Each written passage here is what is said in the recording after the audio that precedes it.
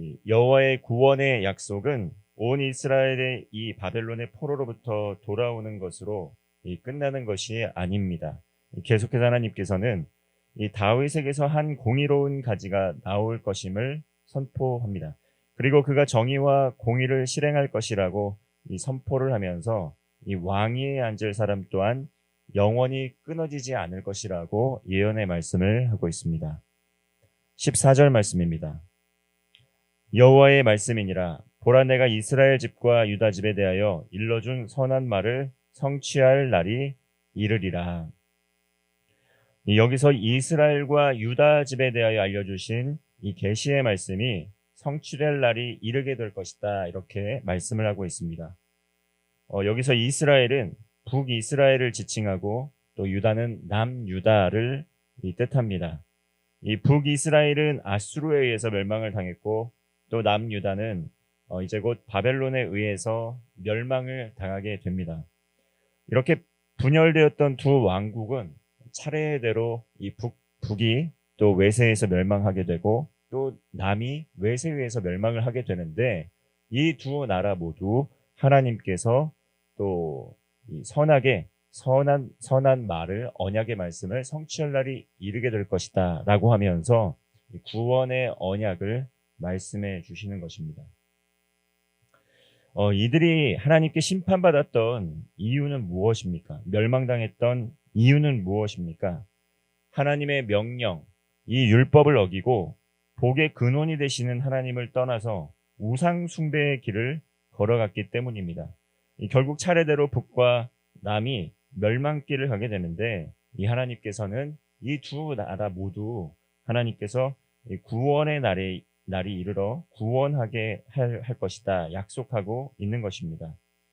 이 15절 말씀을 보면, 그날 그때 내가 다윗에게서 한 공의로운 가지가 나게 하리니 그가 이 땅에 정의와 공의를 실행할 것이라. 그 구원의 날, 그 구원의 때에 다윗에게서 한 공의로운 가지가 나게 할 것이다, 이렇게 예언을 합니다.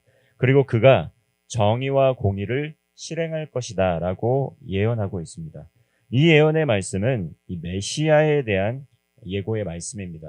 이 바벨론에서 포로로 돌아올 뿐만 아니라 또 이 예루살렘에서 또 이 나라에서 메시아를 하나님께서 보내주실 것이다, 이렇게 약속하고 있는 것입니다. 앞서 23장 5절 말씀, 예레미야 23장 5절 말씀에서도 이 메시아에 대한 예언의 말씀을 전한 그 말씀 구절을 볼 수가 있습니다. 23장 5절 말씀 제가 읽겠습니다. 여호와의 말씀이니라. 보라, 때가 이르리니 내가 다윗에게 한 의로운 가지를 일으킬 것이라. 그가 왕이 되어 지혜롭게 다스리며 세상에서 정의와 공의를 행할 것이며, 이렇게 메시아에 대한 예언의 말씀이 있었다는 것이죠.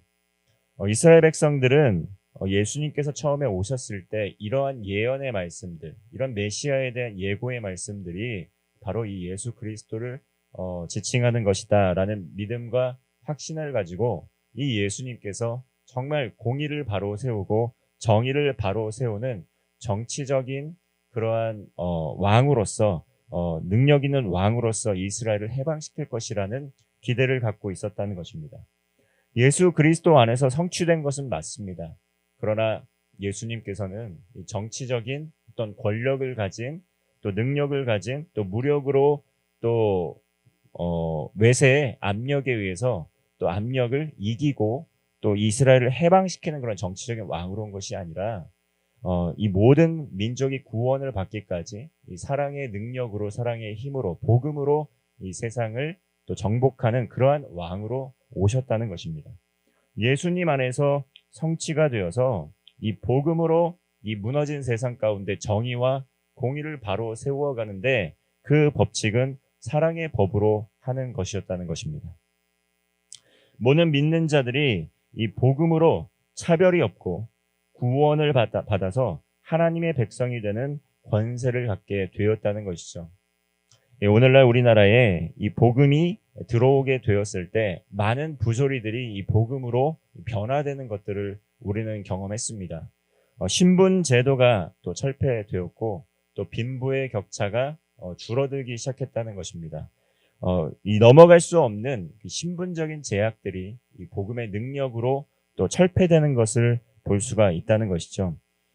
예수님의 이 복음은 이 사회의 정의와 공의를 바로 세우는데 이 무력으로 하는 것이 아니라 폭력으로 하는 것이 아니라 사람들의 마음, 사람들의 그 인식을 전적으로 변혁하면서 하나님께서 사랑의 법을 통해 이 사회 제도를 변화시켜 갔던 것을 볼 수가 있습니다. 이 제도를 변화시킴으로 사람들을 변화시키려고 했던 것이 아니라 사람의 마음이 사랑의 법으로 변화됨으로 말미암아 그 선한 제도들을 만들어가기 시작했다는 것이죠. 그것이 복음의 능력이었습니다. 16절 말씀을 보면 그날에 유다가 구원을 받겠고 예루살렘이 안전히 살 것이며 이 성은 여호와는 우리의 의라는 이름을 얻으리라 말씀을 합니다. 구원받은 하나님의 백성에게 나타나는 특징이 무엇입니까? 안전함을 누리게 된다는 것입니다. 구원받은 하나님의 백성은 여호와 하나님의 의로 말미암아 의롭다 여김을 받게 되는 특권, 권세를 갖게 됩니다. 예수 그리스도를 믿음으로 부활 생명의 소망을 가진 그리스도인들 하나님 안에서 안전함을 누리게 됩니다.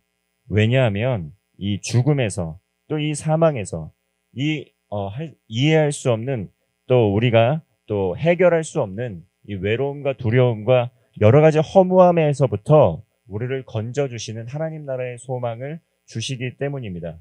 이 불확실한 인생 가운데 우리는 하나님 나라의 소망을 가지고 안전하게 살 수 있는 것입니다.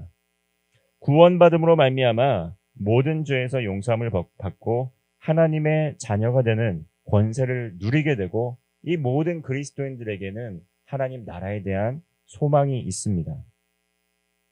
18절 말씀을 보면 내 앞에서 번제를 드리며 소제를 사르며 다른 제사를 항상 드릴 레위 사람 제사장들도 끊어지지 아니하리라 하시니라. 그렇습니다. 그날이 되면 번제와 소제로 제사를 항상 드릴 레위 사람 제사장, 다시 말하면 예배자들이 끊이지 않게 될 것이다 라고 말씀하는 것입니다. 이 예언의 말씀, 이 언약의 말씀은 예수 그리스도께서 오심으로 말미암아 그 예수님을 믿음을 따라 구원받은 그리스도인들을 통해서 성취가 됩니다.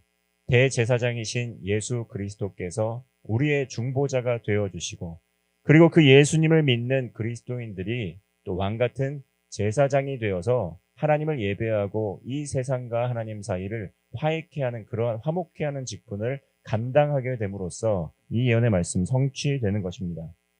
베드로전서 2장 9절은 말씀합니다. 그러나 너희는 택하신 족속이요 왕같은 제사장들이요 거룩한 나라요 그의 소유가 된 백성이니 이는 너희를 어두운 데서 불러내어 그의 기이한 빛에 들어가게 하신 이의 아름다운 덕을 선포하게 하려 하심이라. 예수 그리스도를 통해서 정말 왕같은 이 제사장이 된 그리스도인들 믿음으로 살아가며 하나님과 동행하며 영적 예배자, 삶의 예배자가 되어서 늘 하나님을 찬송하며 예배하는 예배의 삶을 살아가고 있다는 것입니다. 25절과 26절 말씀입니다. 여호와께서 이와 같이 말씀하시니라. 내가 주야로 맺은 언약이 없다든지 천재 법칙을 내가 정하지 아니하였다면 야곱과 내 종 다윗의 자손을 버리고 다시는 다윗의 자손 중에서 아브라함과 이삭과 야곱의 자손을 다스릴 자를 택하지 아니하리라.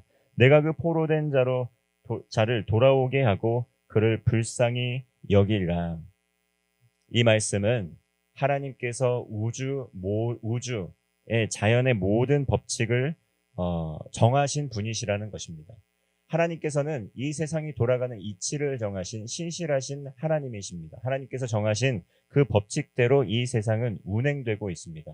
마찬가지로 하나님께서 아브라함과 이삭과 야곱에게 맺으신 그 언약은 결코 변하지 않는 불변하는 언약의 약속의 말씀이라는 것을 지금 말씀하고 있는 것입니다. 다시 말하면 우리에게 그리스도를 또 알려주시고 예수 그리스도를 믿음으로 말미암아 구원받은 그리스도인들은 반드시 하나님 나라에서 왕노릇하면서 하나님과 영원한 그러한 구원의 기쁨을 누리며 살 수 있다는 것을 다시 한번 말씀해 주시는 것입니다. 하나님께서는 시건치 않으시는 하나님이십니다.